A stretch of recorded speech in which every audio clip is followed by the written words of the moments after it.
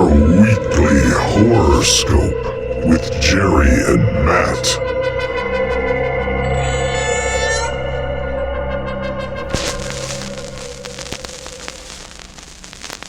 Audio Jungle. Hey, good evening, horror fans. Welcome to another edition of the Weekly Horoscope. I'm your host, Jerry, here with my partner, Matt.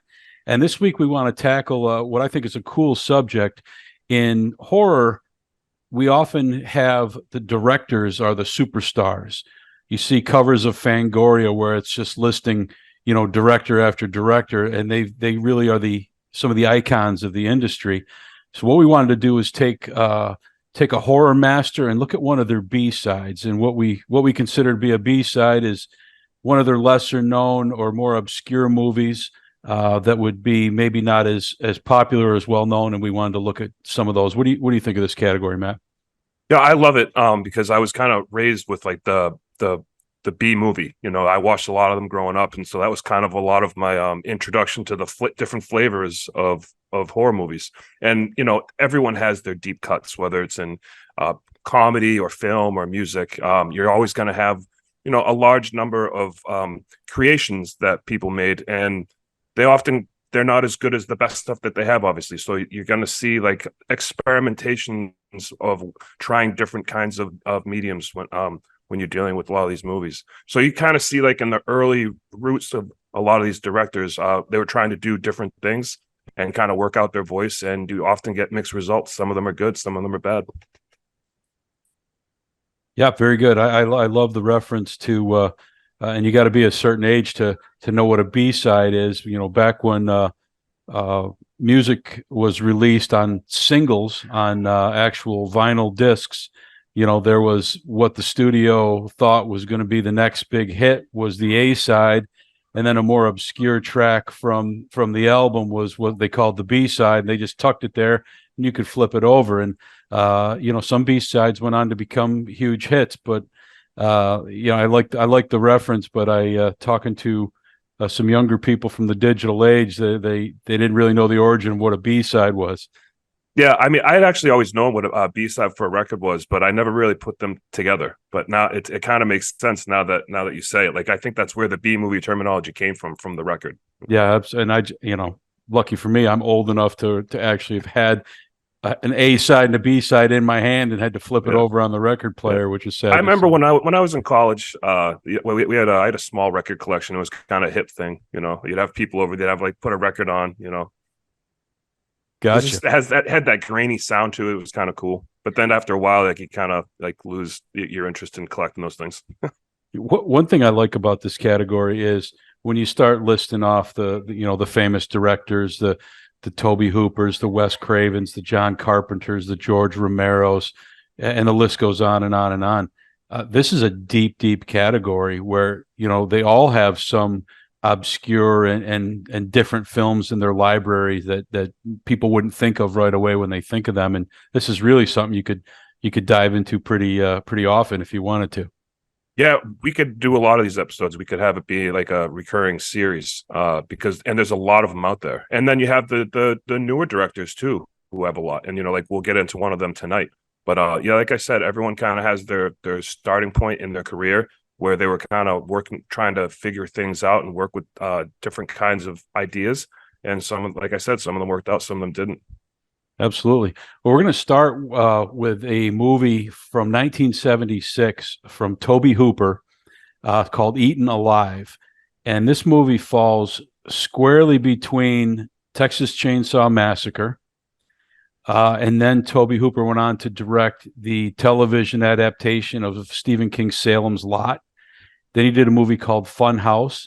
And then he did the big budget Steven Spielberg produced Poltergeist. So Tobe Hooper had, a pretty big library and a pretty successful library right out of the gate. Yeah. And Eaten Alive is kind of his, obscure, tucked in the middle movie, which makes it kind of cool to me just because it's not as well known as the others. Which is funny because I've seen those movies before, but I haven't seen this one. But I'd known of it, but I just remember seeing the cover art when I was younger. Like he's like on a crocodile or something like that, and like I think I was thrown off by the whole sickle thing. I was like, what is that? And I just never kind of watched it. But it was. I'm very glad I did. I had seen it before, but not in many, many years. Yeah, So it was very much a refresher to me. I had forgotten half of it. yeah, And it starts. The cool thing to me is the first 30 seconds are almost iconic in that the yeah, first character you meet is Buck, who's at a yeah, whorehouse, and yeah, Buck happens to be Robert Englund, who would go on to be Freddy Krueger and become a horror icon in his own right. yeah. So he's And like the this, tough guy hillbilly in this. Yeah, yeah, it's funny because later they portray him he's the guy in the bar getting all the girls, but we yeah. meet him at a whorehouse at the beginning. It's like, well, if you're getting all the girls, why do you got to go to a whorehouse? But That's all he does. Small town. Yeah, he meets him there probably and takes him around. Who knows? But the opening scene of this movie, I was like, hey,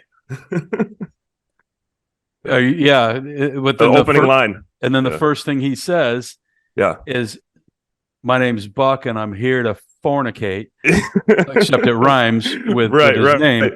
Yeah, and and I was like, wait a second, that sounds familiar. And the you line know, is lifted verbatim yeah, in Kill Bill Volume One, yeah, and yeah. I'm like, we know Tarantino loved all these old movies, Oh and yeah, he paid homage to them in all his movies. Yeah, he but I always makes some never kind knew of that homage. connection existed until I rewatched this. So Same in the here. Yeah, first I 30 didn't know. seconds, I'm like, wow, Robert Englund and a direct quote lift that Quentin Tarantino stole. Yeah, there's a lot right there. Yeah, it's you have a Tobe Hooper movie, you have Robert Englund and a famous line being lifted into another famous movie. I was like, that's cool. Yeah, and I'm like, oh, I'm 30 seconds in here, and I already got Yeah, a bunch of stuff to talk about. yeah, Robert Englund is not a good character in this movie. He's not a good guy, I should say. right, He right. actually does a very good job as the character, and he's trying to force anal on the prostitute Clara, Yeah, who he's with, and she refuses. They have a big scuffle. One thing about this movie that you saw a lot in the 70s in like a Last House on the Left, violence against women is very predominant. yeah, yeah. People are, women are grabbed and smacked around like it's commonplace, and Yeah, whenever I think of like the violent exploitative movies, I associate with that right away. You see it all the time. Yeah, there is, to be fair, there is a lot of that in there, and some of it is uncomfortable to watch because yeah, it's not really necessary to the story, but I feel like it was right. maybe a an indication of the era, sadly. Yeah, yeah, and I think also they're just trying to create constant tension and constant shock. Like when there's not, when there's like they just want to make all of these characters bad as possible. So I think Yeah, there's an element of that. These are clearly not movies for kids on any level at any clearly. scene. Right? Yeah, I mean they're trying to make like they're pushing the envelope as much as they can. You wouldn't see that in the 70s, I don't think on normal films, right? Like this was kind of like underground slasher stuff that they were doing.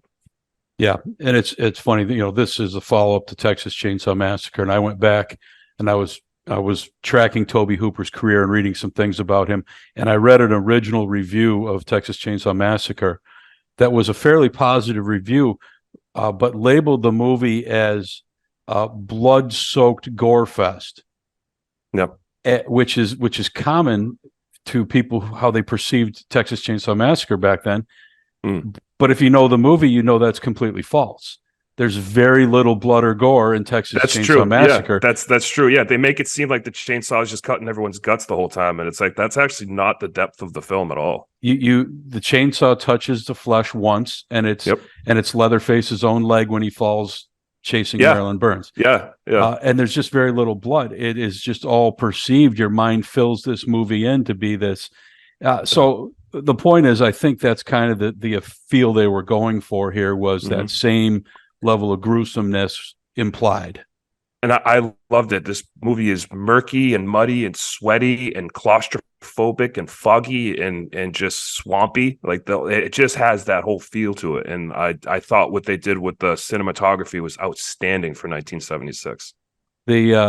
So Ruby Clara gets fired because she won't do what the customer wanted her to do, and the maid or the housekeeper Ruby gives Clara some money and tells her to go try to stay at the Starlight Motel, and looking for a place to stay.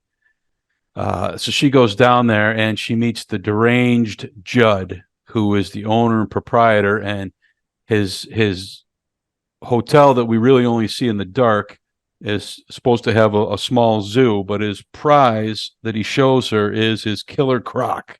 Yeah, He's and got a Judd is played by Neville Brand, and I'd like to say that after watching this movie, that's one of my favorite villains in film of all time. I thought he should have got an Oscar for this. I thought his acting was incredible. It wasn't cheesy or knocked off. Like, he legitimately seemed insane with his ramblings. Yeah, it was almost Norman Bates-esque in his dementia. He was crazy. Yep.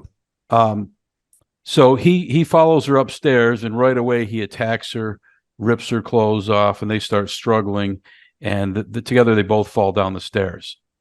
And she starts to crawl out to the porch. And at this point, where he attacks her with a garden rake, and he's beating her down with the garden rake, and he bloodies her, and then he throws her to the hungry croc. Yeah, and there's one thing he.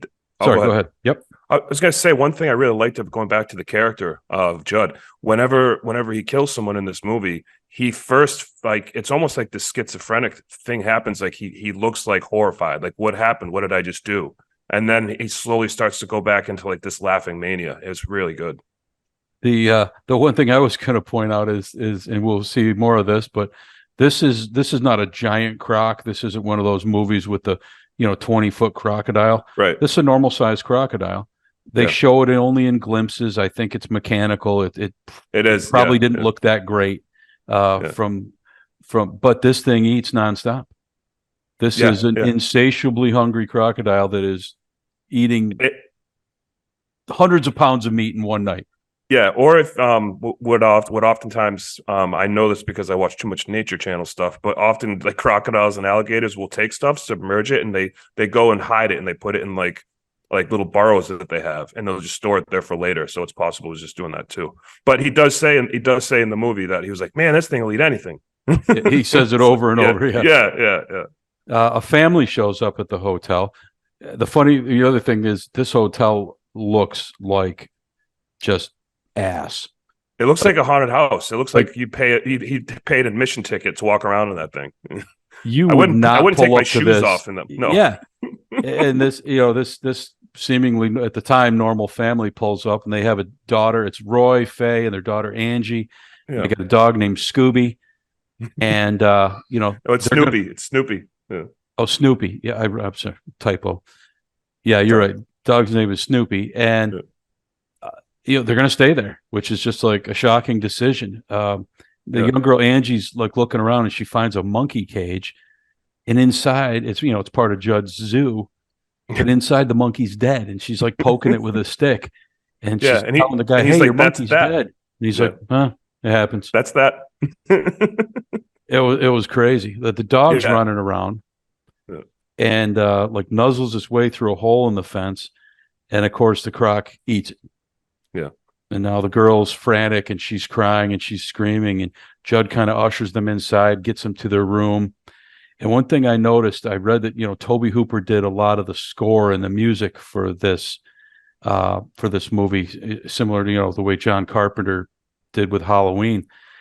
And there's a lot of, I would almost call it chaos noise in the background. There always seems to be, they're screaming even when nobody's screaming. The sound and the music is very manic, and I think adds to the chaotic feeling that the movie carries. I love it. I love the music in this movie. I love the random tones that they use. It's like the keyboard tones that they randomly use, and almost like the quick violent shrieks that they kind of use, but they sound good. They're not really that annoying. There's this one scene when he's dragging the dead body from the girl from the bordello, and like it's almost like the background noise is some kind of amplified version of bees. I can't explain it. Like it's just some kind of like humming noise, but like the musical score was done really well.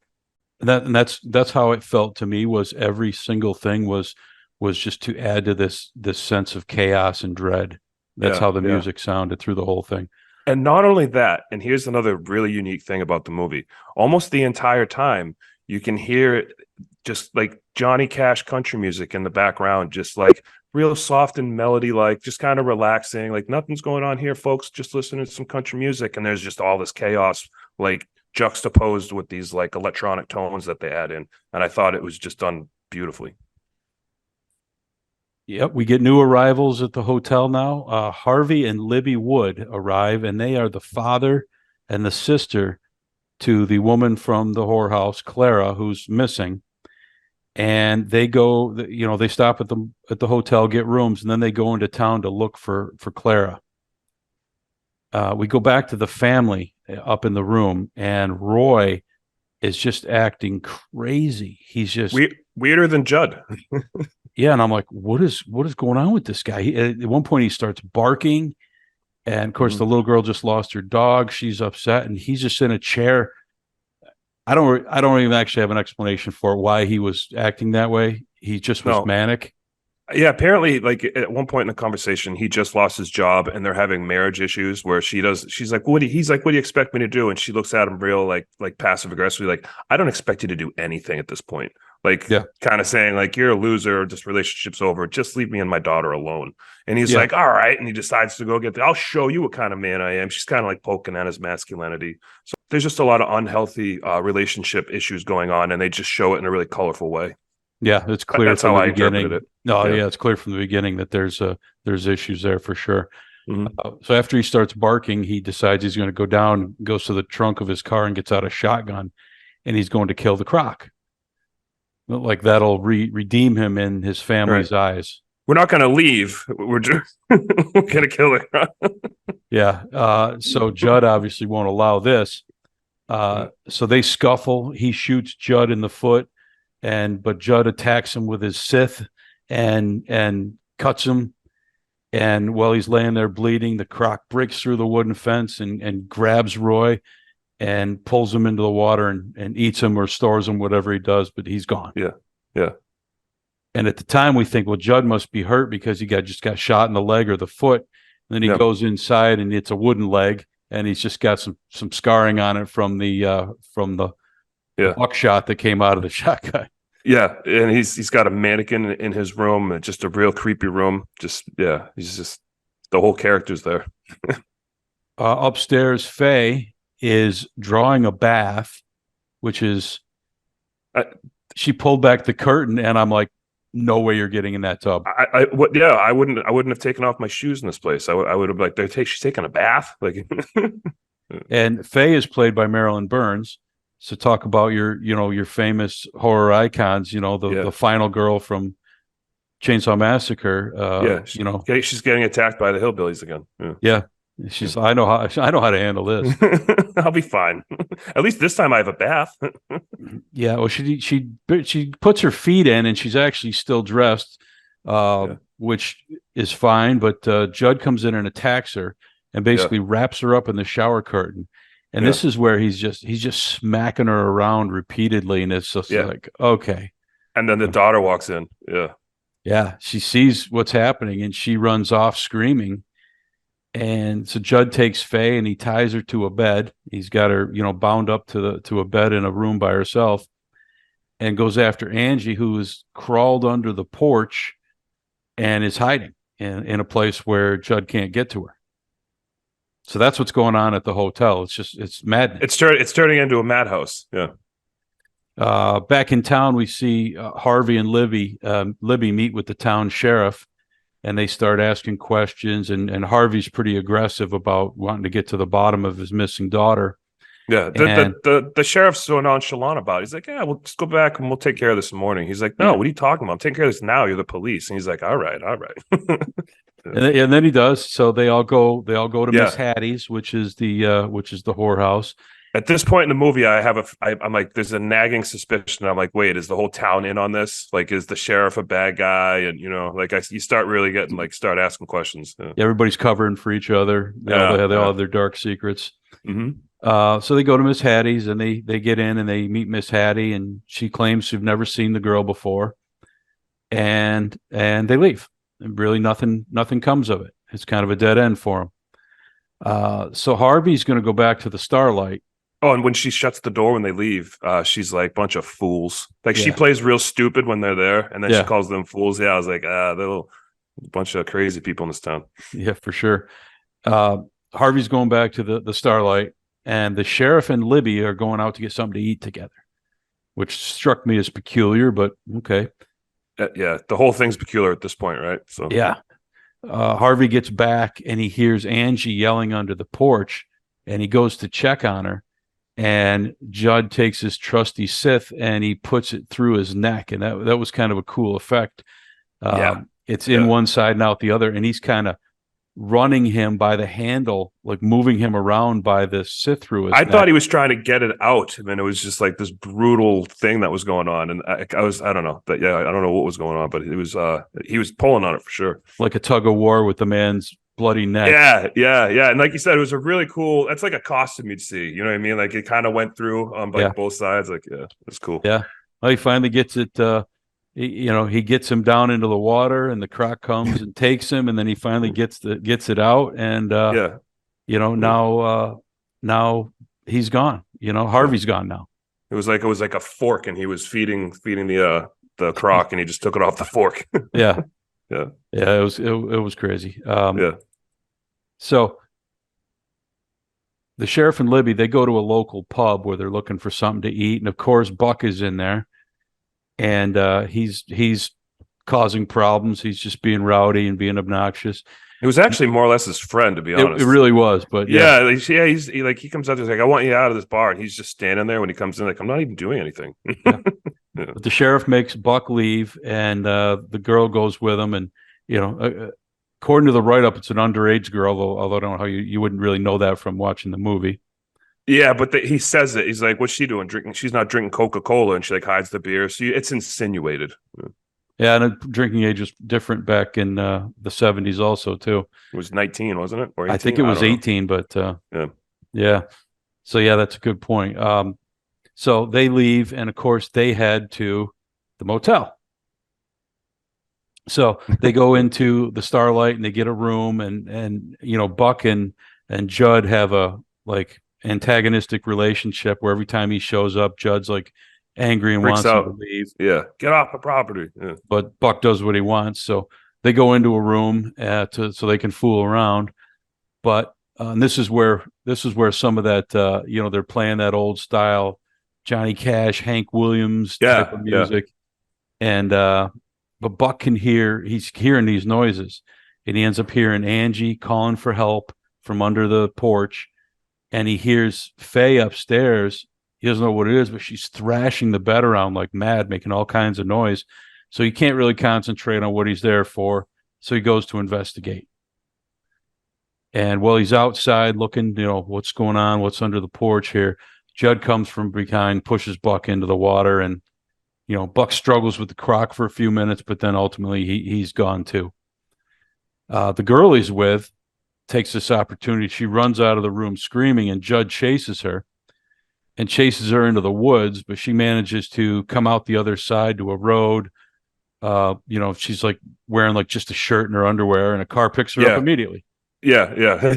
Pulls right over. Yeah. So they don't show you who picked her up, or you're not even privy to that conversation, but I bet it would have been an interesting one. Yeah, they could have done something with that. Yeah, made it even creepier. Who knows? Like, she doesn't know what kind of serial killer that guy is. I mean, I guess when you're being chased, you'll just get in anyone's car. But yeah, he had be no worse. problem picking her up. Yeah, he was like, a woman running out of the woods that's naked. Sure, she can get in. Young girl in her underwear. Yeah, stopping here. Yeah. So at this point, Judd goes back and he's opening the gate between the porch and like the little swamp area he's got, so the croc can get under the porch and get to Angie, whether it's to eliminate her or chase her out. Either way, he's sending the croc after her. Mm-hmm. At this point, Libby leaves the dinner with the sheriff. She gets back to the hotel and she hears the screaming. She runs upstairs and finds Faye tied up and gets her loose. And they run out together to get Angie, but Judd emerges with his scythe again, and there's kind of a struggle at the top of the stairs where he's trying to get after him and they're trying to get by him. And Judd pushes Faye off the balcony, and she has actually, for 70s special effects, she had a really awkward and ugly landing on the ground below. Yeah, she like we were talking about Frozen. She kind of landed on her shoulder. Yeah, she's she's like twisted, and her legs are, her legs are like behind her. Like it looks like she broke stuff without them showing that she broke stuff. Yeah, yeah. It was actually pretty good special effects right there. It was just a quick two shot. They show her being thrown off with obviously looked like there was probably some kind of mattress that she landed on. And then they took the second shot where she lands on the ground. So it was just like probably quick, like break fall. You know what I mean? Like so, and they kind of put it together. It looked Yeah, good. no, it did, and it may have just simply been, hey, here, carry your legs at these awkward angles for a few minutes, but it Hmm. looked convincing. Like she's alive, but she's messed up. Yeah, yeah. So at this point, Judd is stalking Libby, and he's got her out on the porch, and he's got it to Sith at her, but Faye, with her mangled or whatever legs, manages to Yeah. crawl out through the front door and pushes Judd into the water. And we know what happens to anybody who goes into the water. Yeah. There's a little touch of humor there where there's like this thrashing, and then his wooden leg floats up. Yeah. It's like, Yeah. okay, that signals Yeah. the rest of them is gone. Yeah, yeah. And you kind Um, of get a chance to see they show the Mechatronic prop alligator that they have like kind of here and there too, and with the person like flapping around in its jaws. It's kind of funny. the back, whenever they showed the back gliding through the water with the humps and everything, that looked Mhm. pretty good. When it Yeah. got around the mouth, or they didn't really show the head, they showed the mouth. That Yeah. didn't look so great, but No, it's clearly just this just kind of comes up like that. Yeah. But I like the stalking of the daughter under the deck. I thought that was pretty creepy. I was like, oh, those had some really good shots right there. it did. That was the Yeah. best croc shots of the whole movie for Yeah, sure. you see the girl's eyes like looking in horror, and you just see it kind of like its tail swim by. I was like, oh, that's a good shot right there. Yeah, and it's breaking down, Mhm. The wood, boards. yeah, Yeah. Well, at this point, Libby rescues Angie. Faye is alive. We think she'll be okay, even though if her legs are messed up right now. Just as the sheriff arrives. Hmm. So, again, we talk about the croc, but this isn't like Jaws where the shark is the main character. The croc really isn't the main character and isn't even the evil character. It's kind of like it's kind of like a slasher movie, and his weapon is the crocodile. Exactly. Yes. Yeah. It is, a blind eating machine, and the bad guy here is purely Judd. Yeah, yeah, yeah, and he's using it as a weapon and throwing people in there. This movie is this isn't a classic by any means, but it does some things very well. And the one thing I always talk about Texas Chainsaw Massacre, and as Tobe Hooper's first movie, we haven't had this discussion. I think it's the greatest horror movie of all time. Right, and we'll have to review it at some point. Yeah, and I still do, even after all these years. Now things have done other things better, but it's just a perfect amalgamation of story, griminess, twisted, demented. It's just I just think it's fantastic. Right, all the elements came together perfectly and for its time, and it used the resources that it had perfectly, and it's kind of tough to top that. It's a masterpiece. And this movie is not that, but this movie also has that sleazy grittiness. The one thing I found when they made sequels and reboots and the endless reattempts to attach themselves to the Texas Chainsaw Massacre lore is they never recapture that griminess. First time you see that movie, you feel dirty. Yeah. Yeah, yeah. You The feel like you van need a feels bath. dirty. Yeah, The yeah. air feels dirty. It's dusty. Everything's dirty. You just Yeah, it's got a moldy, grimy. moldy, and there's just like everything. You don't want to touch anything in their house, and it's just like And you make a sequel to it. There was a new sequel came out last year that was supposed to pick up right from the original, and it's not grimy. It's polished. It's shiny, and it loses It's everything that made it special. Yeah, it's 4K with great blood effects, and it's just kind of it doesn't. Yeah, I know what you mean. They're just not as good as the original. Just watch the original. Yeah. So this movie has that griminess and has that earthy filth to it, I guess, if you will. Yeah. I think the acting's pretty decent. The effects are lacking, but it's not really an effects movie per se. What it lacks in effects, I think, makes up for it with great sound and soundtrack and atmosphere. What this movie does really well to me is atmosphere. The frogs, the cooing of the birds in the background with the country music and the swampy fogginess to it with the eerie red light, and I just thought it was really good with the atmosphere. I think that's where this movie shines the most. Yeah, so if you're looking to a glimpse back into 70s horror, it's definitely something you should check out if you want to. It's very much in the Hills Have Eyes, that grimy era, that vein of movie. And it definitely has some historical significance. Yeah, I'd recommend it to anyone who likes those kinds of movies if you haven't checked it out. All right. Our second movie in this category is from somewhat of a new horror master, a guy we're both big fans of, Mike Flanagan, and it's his first feature-length film, Absentia, from 2011. Yeah, shot on And a $70,000 budget. That's not bad. it's not bad, and I'll tell you, you can very much see some of his signature, uh, the way he handles the camera, some of his scare tactics, some of the creepiness he's brought into certain movies. You can see a Yeah. lot of it at work right away in this movie. And it's the first time he works with Katie Parker, who is the main character. Well, one of the main characters, one of the sisters, Callie. And she will continue to go on and be in a lot of Mike Flanagan films. She's in Doctor Sleep. She's in The House on Haunting Hill. She's just in a ton of stuff that he does. So they work a lot together. And you can see she's a very young actress. She's one of the first things she did. And she has a lot of, I think she has a lot of charisma, and she just seems like a natural actress. And she goes on to do a lot of good things too. That's something I particularly made a note of for a low budget and a beginning film for someone's full length career. I thought the acting was really good. Yeah, it is. It feels natural. Like you kind of get involved in their story. It just feels like a natural story. Like you're really invested in these characters right away. They just feel like natural people. It was actually the biggest, the best, one of the best parts of the movie. Agree. Start with, we see Trisha as a pregnant woman. She's putting up fresh posters for her missing husband, and we discover she's taking down the old rotted posters, putting up new ones. Yeah. And we discover that he's been missing for 7 years. And then her recovering addict sister Callie shows up to visit her and kind of help her with a transition, because she's filing paperwork to have her husband declared dead in absentia, and she's going to be looking for a new place to live. And of course, she's pregnant, so she's got a lot of change going on in her life, and her sister A lot on her plate, and her sister needs somewhere to stay too. And they're not. It's not like she's trying to con her. Like they've kept in touch over the years, and they have a good relationship, and they kind of have that banter. They have a glass of wine and banter back and forth about mom and stuff like that. So you see that they're good sisters.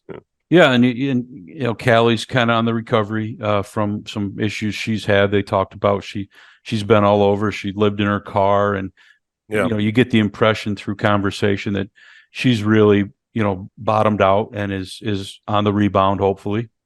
Yep. Yeah, she talks about Christianity later on, like becoming a new Christian. And there's this one comical scene where she's praying at the end of her bed, like a 12-year-old would do right before bedtime. Like she's on her hands and knees at bed, and she's like, "Dear Lord, please help me get my shit together. Amen." And gets in bed, and you see the cross over her bed, and it's kind of comical. Yeah, it is. It's like, that's how somebody who went through that may exactly pray. Yes. Yeah. Trisha is having visions of her missing husband, and he is, again, this is not a special effects movie. Actually, that's one of the weaknesses of this movie, but it's also a strength in that it shows very, very little. But when you see Danny in his vision form, he's gray, he's emaciated, he almost is zombie-like in his appearance. He looks, the eyes are blacked out and his face is gray, like you said. Yeah, it's just like, okay, this is a dead, emaciated, rotting version of my husband that she keeps seeing. Yeah. And then she looks again and it's gone. So it's always just a vision. Her therapist explains it because she's getting ready to file the paperwork. It's kind of a guilt thing. It's kind of a closure thing. I love in these movies, everybody always wants to explain away things you can't explain away. And, in these movies, we know they're usually wrong. Yeah. Well, the therapist is like, when we go through things that are too traumatic, our mind will make up something that's easier. And I thought, why would your mind make up seeing a ghost? That's way not easier. Exactly. Like this requires a little more investigation than just telling someone they're making this up, because, in psychology, you never tell someone they're just making something up in their head, because that's where we all that's where all things made up come from. How do we Right. deal with it is a different story. You know, like he doesn't even really offer any advice on how to deal with it. So I thought that was kind of annoying, but Yeah. the story continued moving forward. Yeah, she got the brush off, and it's like, Yeah. well, yeah, if it's so easy, have him Yeah. live with you, Yeah, I mean, because he's creepy as hell. right. Yeah. So Callie goes jogging. That's part of her new, trying to make herself better. Yeah. And we see this creepy tunnel by the house. And my first thought is, if I'm a young woman in a strange town that I don't know, I don't go running through a pitch black tunnel. Period. Like, Right. there's roads in the other direction. Go that way. I'm a grown man, and I wouldn't do that. Yeah, good point.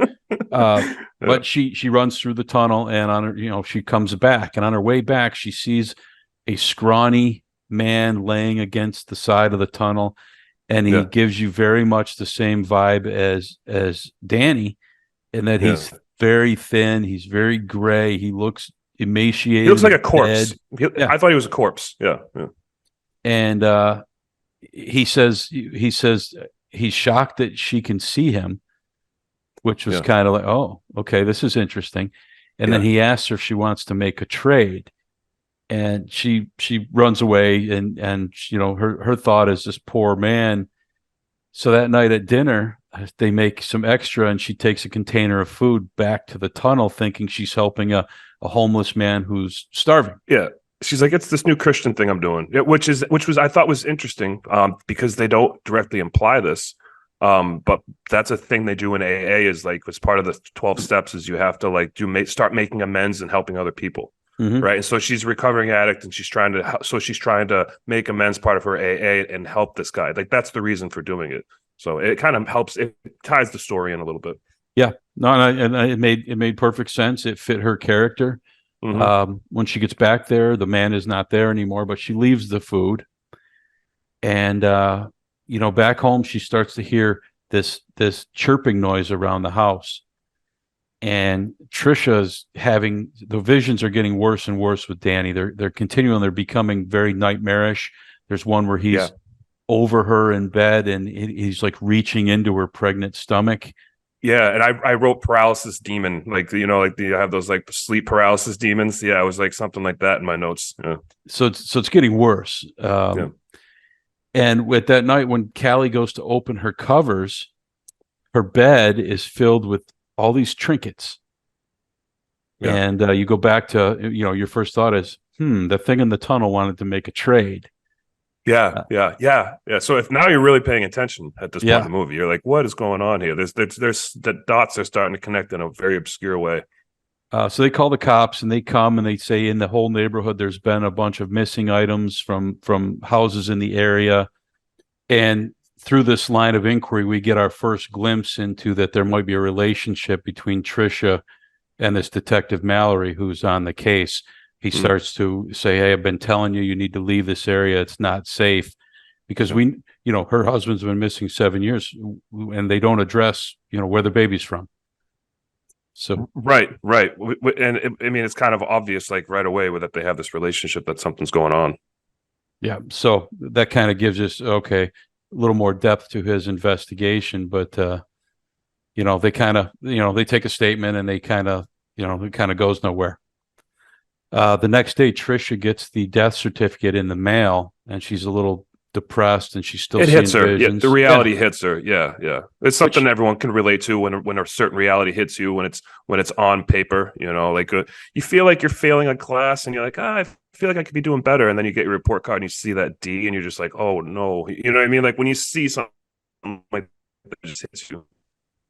Yeah, it's concrete now. There's no going back. There's basically hope has been eliminated with this piece of paper, even though it really already solidifies it.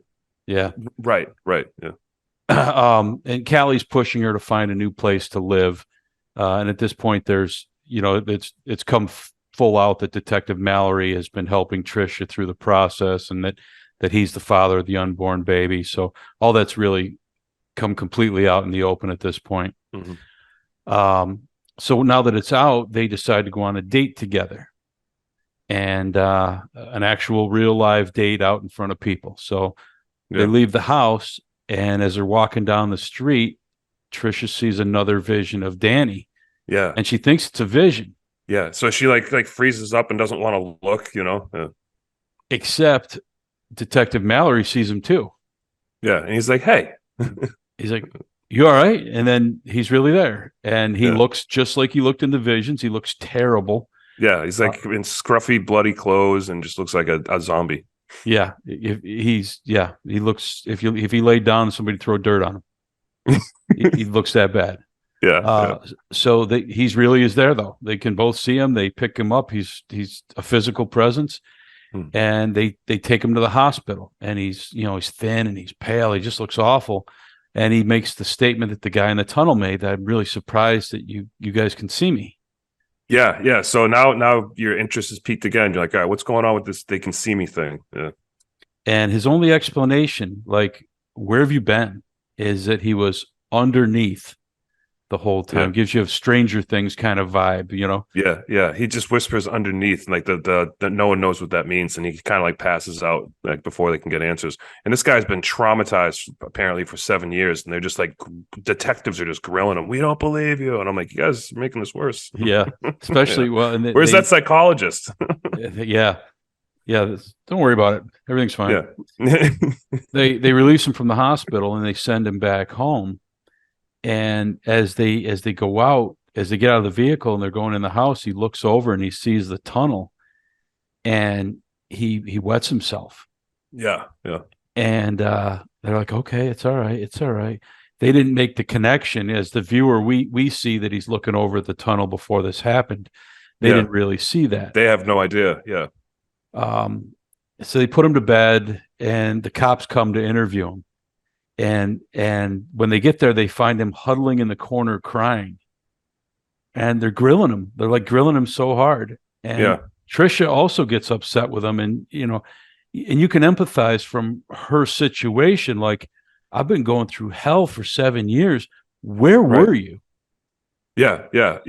She's like, I need a little explanation. You can't just come here and like, what happened? I need to know. Yeah. And you're kind of rooting for her. You're just kind of like, yeah, what did happen, dude? They can't just show up. You can't just go out for a pack of smokes and come back 7 years later, Yeah, I mean, plus you look like a zombie or a walking nightmare. Like, yeah, are you on drugs? Were you abused? Like, I wouldn't let you in my house. No, I wouldn't. Yeah, I mean, I probably would have handled this situation completely different than them, but yeah. Well, Mallory, Detective Mallory, wants to meet Trisha later at night, so they can talk about things. And Callie wakes up, and Danny is hovering over her, like weird, and she's like, "Hey, you want to talk?" And he's like, he tells her you shouldn't have traded with it. Yeah, he's reading like a children's book or something like that. Yeah. Well, and the children's book that she showed up with, that Callie showed up with, she bought a few things for her unborn niece or nephew. Yeah. The book she got was the Little Golden Book, if you remember those from when we were kids. And it was Three Billy Goats Gruff. And it's about the bridge, and you got to pay the toll to get across. Oh, I didn't make that connection. That's okay. That's awesome. It's very metaphorical to the tunnel and what we discover this tunnel to be. And we already suspect it because all the creepy things have happened at the tunnel. Yeah. So it's very telling that he's got this book in his hand. Extra points for the movie for doing that. Okay, that's cool. Yeah, Mike Flannagan. He always, the bringing in the religion, the mythology. There is some really wonderful ideas, played within this movie. Oh, it's fantastic! Yeah, I mean, it was his first movie, $70,000 budget, and you can just see his talent shine right through it. You're just like, yeah, give this guy more money. Like, you know what I mean? Like, let him go to town and watch what he does. Yeah, and because of the budget and because of some of those things, there's a few things lacking, but it's not his vision. I don't think his vision lacks at all. Well said. Yeah, his vision exactly. Yeah. So, while they're talking about, and he's just very creepily saying, "You shouldn't have traded with it." Something skitters past in the hallway with that chirping sound that they've been hearing. Yeah, like the coffee table kind of wobbles a little bit, and you see like a little like a hint of like, was that a tail or a bat? Like was that a cat? Like you can't tell; it's too quick, but it's like it's enough to make you go, "What was that?" Yeah. I found myself, because they showed so many glimpses and just like a pure glimpse.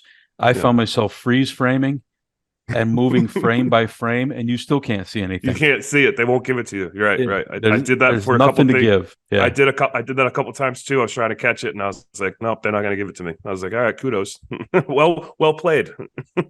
Callie goes into the bathroom, and there is the only, and it's a very good jump scare. It's the only jump scare in the movie, but it's a good one. Hmm. As something rips open the shower curtain, Yeah, yeah, and then it kind of fades to black right there. Yeah. and she falls back, and we see nothing. And what's good, because earlier in the movie she thinks something's back there, but nothing is. Right. And so it's kind of it's a double take. They're kind of going back to that thing again, and now it actually happens. And it catches you because she doesn't pull the curtain. You know, Yeah, that's a good point. That's you would expect a repeat where she opens the curtain, and this time there is something. and then it's there, right? The curtain opens by itself, which makes it an effective jump scare because it's not when you expect it. Yeah, that's a good point psychologically, because as her body relaxes, you kind of relax. You kind of mirror that. You're like, okay, nothing's there because she's relaxing, and then it tags it real quick. Yeah, that's a good point. But again, they show nothing. That the curtain rips open and she collapses and nothing. Yeah. So Trisha and Detective Mallory come back to the house, and they see the front door is open and Callie's outside crying. And they go back and they show that basically once the shower curtain opened, a creature emerged, and we only see, I don't know what she's called, an arm, a tentacle, A tentacle of some kind. That's how. pincher. Yeah. We see something, and that's all we see. And it's dragging Daniel back, and he drags him out of the house and drags him back into the tunnel. Yeah, like he's even trying to hold on to the door with both hands, and it's just like releasing his grip. It just has strength over him. And we see Callie chased in there looking for him, and she can hear him from inside the tunnel, but he's not there. Like he's on the other side of the tunnel walls. Yeah, like you can hear voices. Yeah. So I thought that was very effectively done. It was, yeah, because she's just kind of like going in circles, mystified, and you can just hear all these different voices, like they're echoing. But like, where's it coming from? So Daniel is now missing again, and like they tell him, well, you got to fill out a new missing persons report, which just seems like the biggest knife to the gut for this poor woman who's been missing her husband for 7 years. She gets him back for a day, and she actually talked to his parents. And they were flying in to see them. They were going to come in. Yep. And now he's missing again. Yeah. And it's just like such a gut punch. Yeah. He lasted like one night. Yeah. The sisters start to fight over what happened because Callie was high when all this went down, and nobody believes her story. Yeah. And Trisha starts calling her names, should have known. Mm-hmm. Yeah. Should have known. Thought you were better, but yeah, you're high, and now my husband's missing again. Yeah, they have these different theories. Like the one cop, he's just kind of like, "Here's what happened, man." He's like, "You were out in the car." He's like, doesn't help that you were here." He was like, "What happened was you were out in the car. Danny came out there, traumatized as he is, saw you guys kissing, went back in the house, tore a bunch of stuff up in anger, and left. And she was upstairs getting high. That's what happened." Yeah. And like they're trying to like go through it in their head. And it was really cool that they filmed those little snippets, and then they made it seem like reality memories, so they showed you those little snippets at the end of what possibly could have happened. And you as the viewer, you're like, yeah, that's all plausible, but no, that's not what happened. Yeah. Yeah. Yeah. They actually film out the alternate reality, which I thought was cool. Explaining. I agree. It was a cool touch. And the guy's theory made perfect sense. Yeah, there's also the murder one later on when she goes missing. Like the guy they found at the tunnel, they show him strangling Callie. Like, no, she was killed by the murderer that we picked up. Remember? Again, like you're like, they have all these theories. Well, so with the fight in play, Callie starts researching and starts digging through old archives, and I thought this part was kind of cool because she starts to build this narrative about the tunnel. And, she finds out people have been missing. These are always part of my favorite parts of movies when you get this like almost montage scene of someone had like did all this research and they they start telling you all this like research, like look at this news article from this and that and this, and like starts bringing all this religious stuff in, and like right then I'm hooked. I'm like, yeah, tell us more of the story. Like It reminded me of It, with with the history of dairy, where they start pulling together all the, oh my God, every 27 years something happens type of thing. I love those scenes in movies. They're my favorite. Yeah. So it was pretty cool. She starts getting all this information, and she finds out that some of the missing people predate the tunnel, but there was a creek with a bridge. Yeah. And back to the Three Billy Goat Gruff thing, and people just kept going missing by this area. Yeah, they say this one guy like 100 years ago, like there was a well up there or something like that. You said, and like all of a sudden, like his foot tracks just stop in the middle of the mud, and like it was just disappeared, like right there. No, he's vanished. Yeah. So she brings this all to Trisha, and she's talking about Walter Lambert, went missing, and his son reported at the time he went missing that he was dragged out of the house by a monster. Of course, nobody believed the kid. But then, Trisha doesn't buy any of it. She thinks it's all bogus. Right. And she looks at her, she's like, you need to listen to me. This is important. She kind of like rolls her eyes and scoffs at her. Yeah. And she like snaps her attention real quick. I thought that was like good acting right there. Yeah. Well, and the drug abuser usually doesn't get the benefit of the doubt when people have questions. In particular, you're coming with this fantastical story that you're relapsing, you're having a manic episode right now, you're trying to process it. That's what she tells her. She's like, listen, you're just processing trauma in this weird way. She's like, there's no connection here. There's no Wendigos, there's no banshees, there's none of that. Like you were high, Yeah. And she brings up all these cultures, histories of mythology of a life-stealing creature. And she's like, no, that's all just nonsense. For tens of thousands of years, every society has always had these in their mythology, she says. She's like, that's what this is. This is the real life incarnation of things we've heard about for thousands of years. And it's a cool twist. It is. Yeah. I love those history behind those things. Yeah. And so she doesn't buy it, though. She blows her off, like you said. And the next day, the police find a body in the tunnel. And lo and behold, it is Walter Lambert, whose son said he was taken by a monster, declared dead years ago. And the son had been bringing animals in bags. Been a lot of, you see earlier in the movie, there's a ton of missing pet posters. Yeah. And the son has been stealing animals, putting them in a bag and bringing them to the tunnel as food and offering. Yeah. It doesn't really say, but it's creepy. It doesn't say, but when they found Danny, they said that he's like, you've been missing for 7 years. How have you been eating? He's like, I don't know. He was like, well, guess what? We did the MRI scan on you, and there was chicken bones in your stomach. Yeah.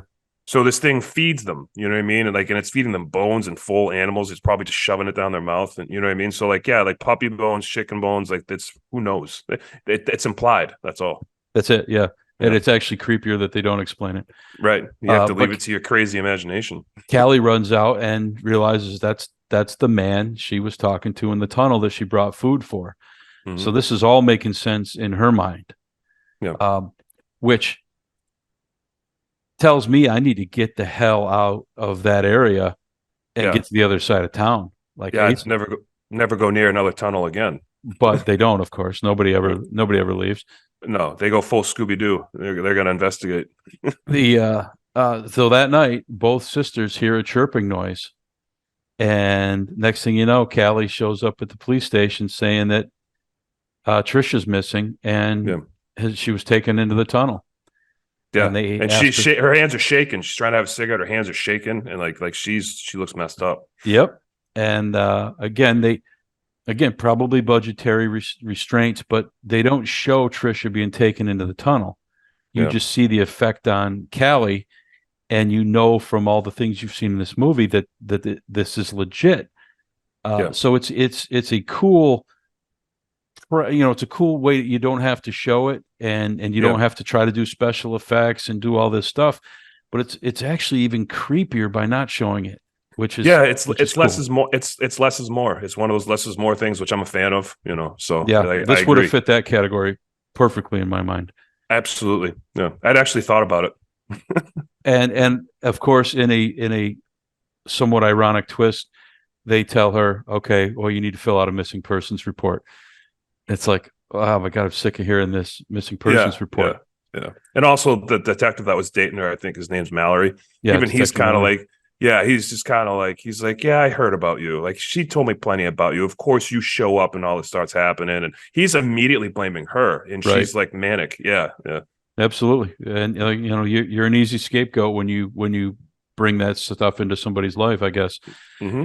But Callie compiles all of her research on the tunnel and all the articles and everything she's printed off and studied, and she puts it in an envelope and she leaves it on the bed for Detective Mallory. And she walks into the tunnel and is yelling, asking for a trade. And she just keeps over and over, I want to trade. I want to trade. Yeah. And she hears yelling in the walls, and she tries to run out at this point, and only her one Converse shoe comes flying out of the tunnel. Yeah. Yeah. Which I thought was kind of cool. I liked it. Yeah. Because like, you it see doesn't her make running sense to me. to the very end, and all of a sudden it's almost like something snatched her up by the shoulders or like the hips, and her legs went kicked up in the air and her shoe went flying off. That's how the visualization I got. Yeah, and I totally get that visual, but what was the trade? I thought she was going in there to swap herself for her sister or something of that effect. Mhm. A life for a life. Yeah. But she just gets sucked into wherever these other people are going. Yep. Yeah. No trade. No trade. No trade. And now she's in there with one shoe. Yep. So Mallory finds the envelope, and this is where I thought the movie was really good. I thought it really showed how Mike Flannagan likes to mix in religion and mythology and Yeah. do all these wonderful things. I thought the ending was weak. Yeah. Yeah. It's almost like they just ran out of money because they ran out of time and money. They only had like 60 days on that location to shoot or something, and they had to hurry up and finish it. Yeah. there was they shot it at his apartment. That's awesome. Yeah, which I love. Like, I always think, if I was filming saving money. Yeah. Every little. What could I film around my house? Right. I think that's how everyone starts. Yeah. But I thought for all the great things the movie did, and the dread and the suspense and the really wonderfully explored ideas, it just kind of ended abruptly. Mallory finds the envelope with all this information in it, and it's like, okay, what's he going to do with it now? He does nothing with it. Yeah, we see him hanging up missing person posters. He thinks he sees Callie in the tunnel, and he goes over to the tunnel, and there's no one there. It's almost like a jump scare. It's not a jump scare, but like you see her body there for 1 second, and he double looks, and then it's gone. So like you kind of see her body just standing there like a puppet, like a shadow, like a shadowy thing. See edge of your eyes. Yeah, that's it. And then he walks over there. Yeah, and he just takes a look. Yeah. And then when he goes in to see that there's nobody there, but we see somebody's view from inside the tunnel, from the other dimension or wherever they are, looking back at Mallory. And there's a little bit of a tendril on the shoulder. Yeah. Like your weird arm around you. Yeah. Yeah. And it ends. So I thought the ending was lacking. I thought it.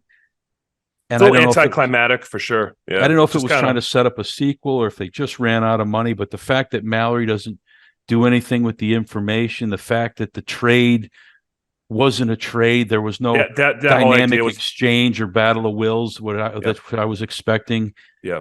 It just kind of ended. I agree. Yeah, it felt really flat at the very end. Like it was this constant buildup, and then it just kind of like poofs off. Yeah, I agree. That doesn't mean I don't recommend it, because there's some, if you want to see Mike Flannagan as a filmmaker, and I had not seen this movie before. I actually wasn't even aware of this movie's existence, so shame on me. But there's a lot of great stuff there. Yeah, I just thought I agree. Time, budget. I just really thought the ending fell flat. But man, there's some great ideas in here, and you really see his style and flair, and he's really got a vision. It's totally a style. You can just see a young starting out Mike Flannagan. What like I said, like what someone can do with $70,000 in a group of people is outstanding. You know, and I always look at that when I see movies. You kind of have to look at the budget. Like, what would they have the budget for? You have to take things with a grain of salt and maybe try to appreciate what they were trying to do. And they only had so much money. Yeah. So, and this is a prime example where it was a low budget movie, and it's I highly recommend it, because I don't want to say it doesn't feel like a low budget movie, but the acting and charm really surpass a lot of that budgetary feel. Like sometimes you're watching a low budget movie and everything about it seems low budget, even the acting. But this had like a lot of charm to it, you know, so it definitely shows. I agree. There was a lot of quality. The acting was good. The cinematography was good. There were some really creepy shots. Everything was staged wonderfully. Like I said, other than the ending, you would have thought this was, this could have been a $4 or $5 million flick, not a $70,000 flick. I agree. Yeah. Yep. Yeah. So, great category. Again, there's a deep well we could draw from. I would love to get back to this at some times, because when we started picking movies for this, I had like 5 or 10 come right to my head immediately. Yeah. We'll have to come back to it, because there's definitely some more that are worth talking about. Yeah, and it's a great subject when you put these great horror directors all in a bucket. Like you talked about, I think you said Van Gogh. How many paintings does he have? Picasso has 13,500 paintings. And how many of them do we know about? You know, like, and some people, there's a lot of B cuts in artists, in what they do. So it's always fun to visit those and see where else they experimented. Yeah, absolutely. Fun category. I enjoyed it a lot. And that is our show for this week. We'll be back next week with another topic, a couple more movies to talk about. Again, we appreciate you listening as always. This is the Weekly Horoscope. I'm Jerry, that's Matt, and we will see you next time. Thank you, Jerry. Thank you, everyone. Your Weekly Horoscope with Jerry and Matt.